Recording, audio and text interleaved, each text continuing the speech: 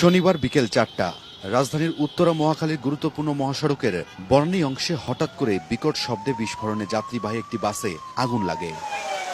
খবর পেয়ে ফায়ার সার্ভিসের একটি ইউনিট ও নৌবাহিনীর একটি ইউনিট 15 থেকে 20 মিনিটের মধ্যে আগুন নিয়ন্ত্রণে আনে। প্রত্যক্ষদর্শীরা জানান, বনানী আর্মি স্টেডিয়ামের সামনে একটি মোটরসাইকেল ইউটার্ন নেওয়ার সময় নিয়ন্ত্রণ হারিয়ে পড়ে গেলে উত্তর দিক থেকে আসা একটি যাত্রীবাহী বাস মোটরসাইকেলটিকে ধাক্কা দিয়ে সামনের দিকে টেনে নিয়ে গেলে বাসটিতে আগুন লেগে যায়। মোটরসাইকেল টার্নিং নিচ্ছে, টার্নিং নেওয়ার পরে এই গাড়ির তলায় এসে সে পড়ে গেছে।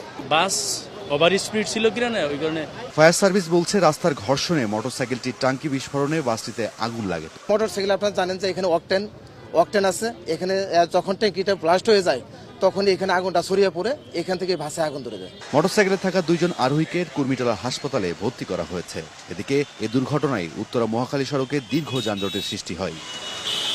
রায়দুল ইসলাম শুভ, সময় সংবাদ, ঢাকা।